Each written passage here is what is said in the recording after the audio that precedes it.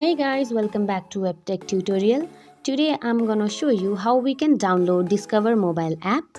If you are new to this channel, make sure to subscribe our channel and don't forget to hit the bell icon to be updated with our new videos.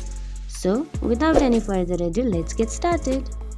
First of all, open the Play Store and search Discover mobile app. Here you will see Discover mobile. Click on that app and click on install.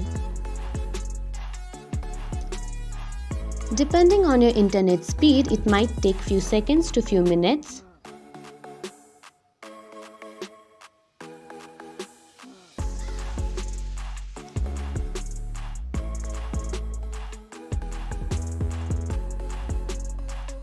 So this is how you download Discover mobile app. Hope you find this video helpful. If so, don't forget to give us a big thumbs up and we'll see you in next video. Till then, have a good day. Bye bye.